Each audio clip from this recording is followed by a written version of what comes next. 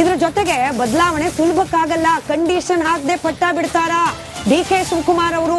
ಇರೋದೇ ಅನುಮಾನ, ಕುತೂಹಲ. ಅಲ್ಲಿ ಅಧ್ಯಕ್ಷ ಕುರ್ಚಿ ಮೇಲೆ ಸಾಹುಕಾರ್ ಒಂದ್ ಕಣ್ಣು ಕೈ ಎಲ್ಲ ಇಟ್ಟಿದ್ದಾರೆ. ಇದ್ರ ಜೊತೆಗೆ ಸಂಪುಟ ಸರ್ಜರಿಯಲ್ಲೂ ಕೂಡ ತಮ್ಮ ಬಣದ ಶಾಸಕರಿಗೆ ಆದ್ಯತೆ ಸಿಗಬೇಕು ಅನ್ನೋ ಕಂಡೀಷನ್ ಅನ್ನ ಹೈಕಮಾಂಡ್ ನಾಯಕರ ಮುಂದಿಟ್ಟಿದ್ದಾರಂತೆ ಡಿಕೆ ಶಿವಕುಮಾರ್ ಅವರು. ಡಿಕೆ ಶಿವಕುಮಾರ್ ಅವ್ರ ಪಟ್ಟಿ ತಗೊಂಡು ಹೋದ್ರೆ ಸುಮ್ಮನೆ ಇರ್ತಾರಾ? ಹತ್ತುತ್ತಿದ್ದಾರೆ ದೆಹಲಿ ವಿಮಾನ. ಸಿದ್ದರಾಮಯ್ಯನವರು ಕೂಡ ತಮ್ಮದೇ ಆದ ಮತ್ತೊಂದು ಪಟ್ಟಿಯ ಸಮೇತ ದೆಹಲಿಗೆ ಹೋಗ್ತಿದ್ದಾರೆ ಅನ್ನೋ ಮಾಹಿತಿ. ಅದಕ್ಕೆ ನೀವು ಬರೋಕ್ ಮುಂಚೆ ಯಾದವ್ಜಿ ನಾವು ಕೇಳಿದ್ದು, ಸುಲಭಕ್ಕಂತೂ ಬಿಟ್ಕೊಡೋದಿಲ್ಲ ಪಟ್ಟವನ್ನ ಡಿಕೆ ಶಿವಕುಮಾರ್ ಅವರು, ಸುಲಭಕ್ಕೆ ಬಿಟ್ಕೊಡೋದಿಲ್ಲ. ಪ್ರಸಂಗಗಳು ನಮ್ಮ ಪಕ್ಷದಲ್ಲಿ ಇಲ್ವೇ ಇಲ್ಲ ಅನ್ನೋ ಮಾತು ಹೇಳ್ತಾ ಇದ್ದೀನಿ. ಸಿಎಂ ಕುರ್ಚಿ ಈಸಿ ಆಗಾಯ್ತಾ ಸರ್? ಸಿಎಂ ಕುರ್ಚಿ ಮೇಲೆ ಯಾರು ಕೂರ್ಬೇಕು ಅನ್ನೋದು ಈಸಿ ಆಗಾಯ್ತಾ? ಸಿಎಂ ಕುರ್ಚಿ ಖಾಲಿ ಇಲ್ಲ.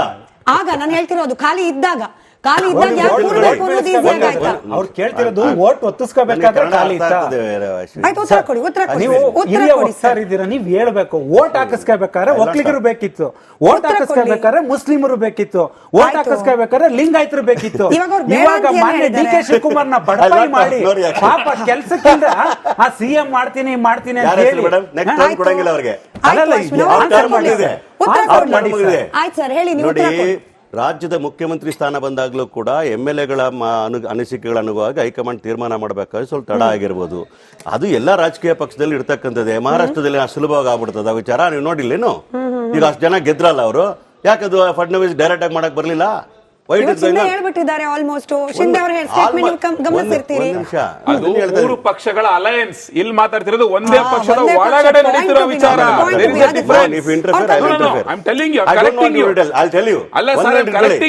ನಮ್ದು ಅಲಯನ್ಸ್ ಮಹಾಯುತಿ ಮೂರು ಪಕ್ಷಗಳದು.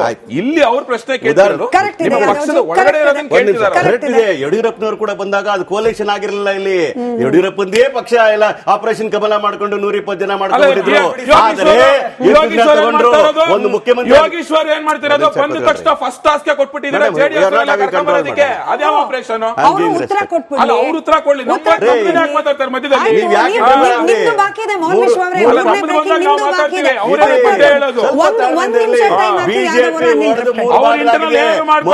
ನಮ್ಗೇನು ಆಗ್ಬೇಕಾಗಿಲ್ಲ. ಅವ್ರು ಕಟ್ಕೊಂಡು ನಮ್ಗೇನಾಗಬೇಕು? ಇಂಟರ್ನಲ್ ಏನಾದ್ರು ಮಾಡ್ಕೊಳ್ಳಿ.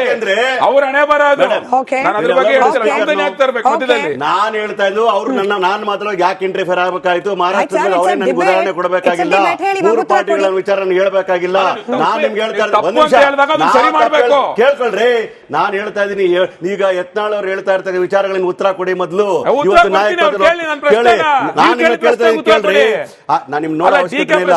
ನಾನು ಹೇಳ್ತಾ ಇದ್ದೀನಿ ಕೇಳಿ. ಬಿಜೆಪಿ ಒಡೆದ ಮನೆ ಆಗಿದೆ. ಬಿಜೆಪಿ ಫಾರ್ ಯೋರ್ ರೆಫರೆನ್ಸ್ ನನ್ನ ಮೂರನೇ ಬ್ರೇಕಿಂಗ್ ಅದೇ ಇದೆ. ಅಲ್ಲಿಗೆ ಹೋಗೋಣ. ಒಂದ್ ನಿಮಿಷ. ಮೊದಲನೇದಾಗಿ ಬಿಜೆಪಿ ಮತ್ತು JDS ಹೇಳ್ತಕ್ಕಂಥದ್ದು ಎರಡು ಮನೆಯನ್ನು ಛಿದ್ರ ಆಗೋಗಿದೆ. ಆ ಛಿದ್ರ ಆಗಿರೋ ಮನೆ ಸರಿ ಮಾಡ್ಕೊಳ್ಳಿ ಕೇಳಿ. ತದನಂತರ ನಾನು ಮಾತಾಡ್ತೇನೆ. ವಿಚಾರ ಇಲ್ಲಿ ಬಂದಿರತಕ್ಕಂಥದ್ದು DK ಶಿವಕುಮಾರ್ ಮುಖ್ಯಮಂತ್ರಿ ಆಗಬೇಕಾದ್ರೆ ಅವರ ಆಕಾಂಕ್ಷೆ ಆಗಿದ್ದು ನಿಜ, ಅವ್ರ ಆಸೆ ಇದ್ದುದು ನಿಜ. ಅದನ್ನೆಲ್ಲ ಹೈಕಮಾಂಡ್ ಎಲ್ಲವನ್ನೂ ತುಲನೆ ಮಾಡಿ ಇವತ್ತು ಮುಖ್ಯಮಂತ್ರಿ ಆಗಿ ಸಿದ್ದರಾಮಯ್ಯವರು ಮಾಡಿದರೆ ಸದ್ಯಕ್ಕೆ ಸಿದ್ದರಾಮಯ್ಯ ಸೀಟ್ ಖಾಲಿ ಇಲ್ಲ. ಅದರ ಜೊತೆಗೆ DK ಶಿವಕುಮಾರ್ ಬಂಡೆ ಕಲ್ಲಿನಂತೆ ಅವ್ರ ಜೊತೆ ನಿಂತಿದ್ದಾರೆ. ಇದನ್ನ 1000 ಸಲ ಅವ್ರಿಗೆ ಬಂದು ಬಹಿರಂಗವಾಗಿ ಹೇಳಿದ್ದಾರೆ.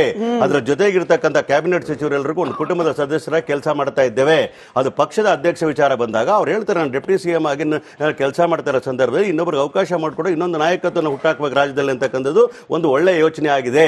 ಯಾವುದೇ ಕಾರಣಕ್ಕೂ ಕೂಡ ಅಲ್ಲಿ ಕಂಡೀಷನ್ಗಳು ಹಾಕ್ತಾರೆ, ಪಟ್ಟಿ ಕಟ್ಕೊಂಡು ಹೋಗ್ತಾರೆ, ಇನ್ನೊಂದು ಪಟ್ಟಿ ಅದೆಲ್ಲ ಇಲ್ಲ. ನಮ್ಮ ಹತ್ರ ಪಟ್ಟಿ ಸವಾಸನೆ ಇಲ್ಲ. 100ಕ್ಕೆ 100% ಹೇಳ್ತೀನಿ. ಯಾರು ಎಲಿಜಿಬಲ್ ಇದ್ದಾರೋ, ಯಾರು ಮುಂದಿನ ದಿನಗಳಲ್ಲಿ ಒಳ್ಳೆ ನಾಯಕತ್ವವನ್ನು ಕೊಡ್ಲಿಕ್ಕೆ ಅವಶ್ಯಕತೆ ಬಂತು ಅಂತವ್ರನ್ನ ಪಟ್ಟಿ ಮಾಡ್ಕೊಂಡು ಮಂತ್ರಿ ಮಾಡ್ತಾರೆ. ಯಾವ ಸಮುದಾಯಗಳ ಅವಕಾಶ ಸಿಕ್ಕಿಲ್ಲೋ, ಯಾವ ಪ್ರದೇಶದಲ್ಲಿ ಅವಕಾಶ ಇಲ್ಲ ಅಂತವ್ರಿಗೆ ಅವಕಾಶ ಕೊಡ್ಲಿಕ್ಕೆ ಪ್ರಯತ್ನವನ್ನು ಮಾಡ್ತೇವೆ. ಹಾಗಾಗಿ ನಮ್ಮ ಪಕ್ಷದಲ್ಲಿ ಎಲ್ಲವೂ ಸರಿಯಾಗಿ ನಡೀತಾ ಇರೋದ್ರಿಂದನೇ 3 ಚುನಾವಣೆಗಳು ನಾವು ಗೆದ್ದಿರ್ತಕ್ಕಂಥದ್ದು. ನಿಜವಾಗ್ಲೂ ಒಂದು ಮಾತು ಹೇಳಬೇಕು ಅಂತಂದ್ರೆ, ನಮ್ಗೆ ಟಾಸ್ಕ್ಗಳ ಕೊಟ್ಟು 3 ಕಡೆ ಕಟ್ಟಿದ್ರೆ ಎಲೆಕ್ಷನ್ಗೆ ನನಗೂ ಕೂಡ ಶಿಗ್ಗಾಮಿ ಕೊಟ್ಟರು. ಅದೇ ರೀತಿ ಬಹಳ ಜನ ಕೊಟ್ಟಿದ್ರಲ್ಲ. ಅಲ್ಲಿ ನಾವು ಕೆಲಸ ಮಾಡೋದಾಗ ನೋಡಿದ್ವಿ ಎಲ್ಲ ಕಾರ್ಯಕರ್ತರು from PCC to the block level we work like a family and we work and we won the seats. ಹಾಗಾಗಿ ಎರಡನೇ ಮಾತಿನ ಪ್ರಶ್ನೆ ಇಲ್ಲ. ಈಗ ಸಂಪುಟ ಸರ್ಜರಿ ಆಗೋದಾದ್ರೆ ನಿಮ್ದು ಒಂದು ಹೆಸರು ಹೋಗ್ಲಿ ಅನ್ನೋ ಉದ್ದೇಶದಿಂದ ಕೇಳ್ತಿದೀವಿ. ಪಟ್ಟಿ ಹೋಗಿರೋದು ನಿಜಾನ? ಹೈಕಮಾಂಡ್ಗೆ 2 ಕಡೆಯಿಂದ ಪಟ್ಟಿ ಹೋಗಿದ್ಯಂತೆ. ನಿಮ್ ಹೆಸರು ಇದೆಯಾ? ನಮಗ್ ಕುತೂಹಲ ಅಪ್ಪ. ಉತ್ತರ ಕೊಡಿ. ನಮ್ಗೂ ಖುಷಿ ಅಪ್ಪ. ನಮ್ಮ ಮಿನಿಸ್ಟರ್ ಆದ್ರು ಅಂತ ಖುಷಿ. ಹೇಳಿ. ಒಂದು ನಿಮಿಷ. ನಮ್ಮಲ್ಲಿ ಆ ಪಟ್ಟಿ ಮಾಡ್ಕೊಂಡು ಹೋಗಿದ್ದಾರೆ ಅಂತ ಹೇಳ್ತಾ ಇದ್ದ ಸುದ್ದಿಯೇ ರಾಂಗ್. ಆ ಪ್ರಸಂಗಗಳೇ ಚರ್ಚೆ ಆಗಿಲ್ಲ ಅಂತಕ್ಕಂಥ ವಾಸ್ತವ. ಯಾಕೆ ಹೋದ್ರು ಅಂತ ಹೇಳ್ತಾ ಇದೀನಿ ಕೇಳಿ. ಈಗ ಪಾರ್ಲಿಮೆಂಟ್ ಸೆಷನ್ ನಡೀತಾ ಇರ್ತದೆ, ಮೆಂಬರ್ ಆಫ್ ಪಾರ್ಲಿಮೆಂಟ್ ಮೀಟಿಂಗ್ ಮಾಡಬೇಕಾಗ್ತದೆ, ರಾಜ್ಯದ ಇಶ್ಯೂಗಳನ್ನ ಪಾರ್ಲಿಮೆಂಟ್ ಅಲ್ಲಿ ಚರ್ಚೆ ಮಾಡ್ಲಿಕ್ಕೆ ಅವ್ರ ಮಾಹಿತಿ ಕೊಡಬೇಕಾಗ್ತದೆ, ವಿಚಾರಧಾರೆಗಳಿರ್ತವೆ. ರಾಜ್ಯದ ಅಭಿವೃದ್ಧಿಯಿಂದ ರಾಜ್ಯದ ಮುಖ್ಯಮಂತ್ರಿಗಳು ಮತ್ತೆ ಡೆಪ್ಯೂಟಿ ಸಿಎಂ ಹೋಗಿ ಚರ್ಚೆ ಮಾಡ್ತಾ ಇರ್ತಕ್ಕಂಥ ಸತ್ಯ. ಯಾಕಂದ್ರೆ ಕೇಂದ್ರ ಸರ್ಕಾರದಿಂದ ನಮ್ಗೆ ಬರ್ಬೇಕಂತ ಅನುದಾನಗಳಿರ್ಬೋದು, ಆಗ್ಬೇಕಾದ ಕೆಲಸಗಳಿರ್ಬೋದು, ಅಪ್ರೂವಲ್ಸ್ ಇರ್ಬೋದು, ಅದ್ರ ಬಗ್ಗೆ ಚರ್ಚೆ ಮಾಡಬೇಕು. ಸೆಷನ್ ನಡೆಯುವಾಗ ನಾರ್ಮಲಿ ಮುಖ್ಯಮಂತ್ರಿ ಹೋಗ್ತಕ್ಕಂಥದ್ದು ಅದು ಇಟ್ ಇಸ್ ಪ್ರಾಕ್ಟೀಸ್ ಒಂದು ಡೇ ಒನ್. ಅದರ ಜೊತೆಗೆ ಹೇಳ್ತಾ ಇದೀನಿ, ಪಟ್ಟಿ ಯಾವುದು ತಯಾರಿಲ್ಲ, ಪಟ್ಟಿ ಯಾರು ಮಾಡಲಿಲ್ಲ, ಚರ್ಚೆ ಆಗಲಿಲ್ಲ. ನಡಿಬೇಕಾದ್ರೆ ಸಿಎಂ ಅವ್ರು ಹೋಗಿರೋದು ಒಂದು ಉದಾಹರಣೆ ಕೊಡಿ ಸರ್. ಎಲ್ಲಾ ಪಾರ್ಲಿಮೆಂಟ್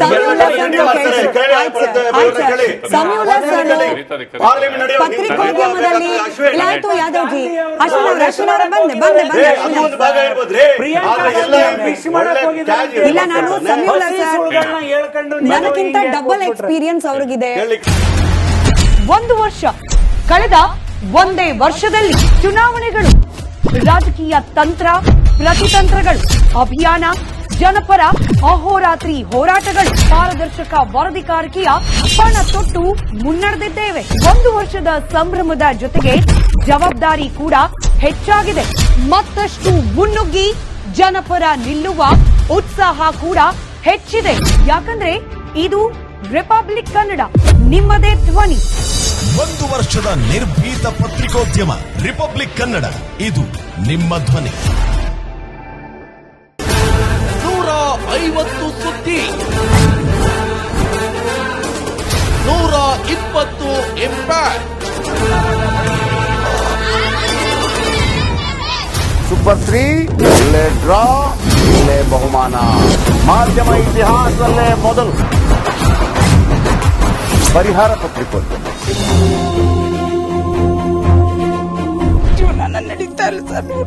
ಗುರುಲಕ್ಷ್ಮಿನಿಲ್ಲ, ಪಿಂಚಣಿನಿಲ್ಲ, ಇದನ್ನೇ ಮಾಡಕ್ಕಾಗಿಲ್ಲ ಅಂತಂದ್ರೆ ಇನ್ನೇನ್ ಮಾಡ್ತೀರಿ ಬೇರೆ? ಏನ್ ಕಳಿಸಿ ಆ ಸಮಸ್ಯೆಯನ್ನು ಪರಿಹರಿಸಿಕೊಡ್ಲಾಗ್ಬೋದು. ಒಬ್ಬ ಅಜ್ಜಿ, ಅವರು ವಿಕಲಚೇತನರು, ಯಾರತ್ರ ಹೇಳೋದು? ನಿಮ್ ಪ್ರಾಬ್ಲಮ್ ಏನಪ್ಪಾ ಅಂತ ಕೇಳೋದಕ್ಕೆ ಯಾರು ಇಲ್ವಲ್ಲ. ಆಗ ನಾವಿರ್ತೀವಿ, ನಾವಿರೋದೇ ನಿಮ್ಗಾಗಿ. ನಾನು ಇರುವವರೆಗೆ, ಅವರು ಇರುವವರೆಗೆ 1000 ರೂಪಾಯಿ ತಿಂಗಳು ಆಗ್ತೀನಿ. ಆದ್ರೆ ಈ ಕೆಲಸ ಇದೆಯಲ್ಲ, ಯಾವತ್ತೂ ಕೂಡ ಶಾಶ್ವತವಾಗಿ ನಮಗೊಂದು ಒಳ್ಳೆ ನೆನಪನ್ನ ಕೊಡುತ್ತೆ, ನಮ್ಮನ್ನ ಕಾಪಾಡುತ್ತೆ. 24 ಗಂಟೆಯಲ್ಲಿ ಅವರ ಬದುಕು ಬದಲಾಗಿ ಹೋಯಿತು. ನಾವು ರಿಪಬ್ಲಿಕ್ ಕನ್ನಡ, ನೇಷನ್ ಫಸ್ಟ್. ಸಮಾಜ ನಮಗೆ ಬಹಳ ಮುಖ್ಯವಾಗಿರುತ್ತೆ.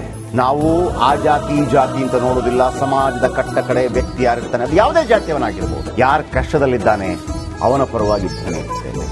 ಕನ್ನಡಕ್ಕೆ ಧನ್ಯವಾದ. ನಾವು 1 ವರ್ಷದ ನಿರ್ಭೀತ ಪತ್ರಿಕೋದ್ಯಮ ರಿಪಬ್ಲಿಕ್ ಕನ್ನಡ, ಇದು ನಿಮ್ಮ ಧ್ವನಿ.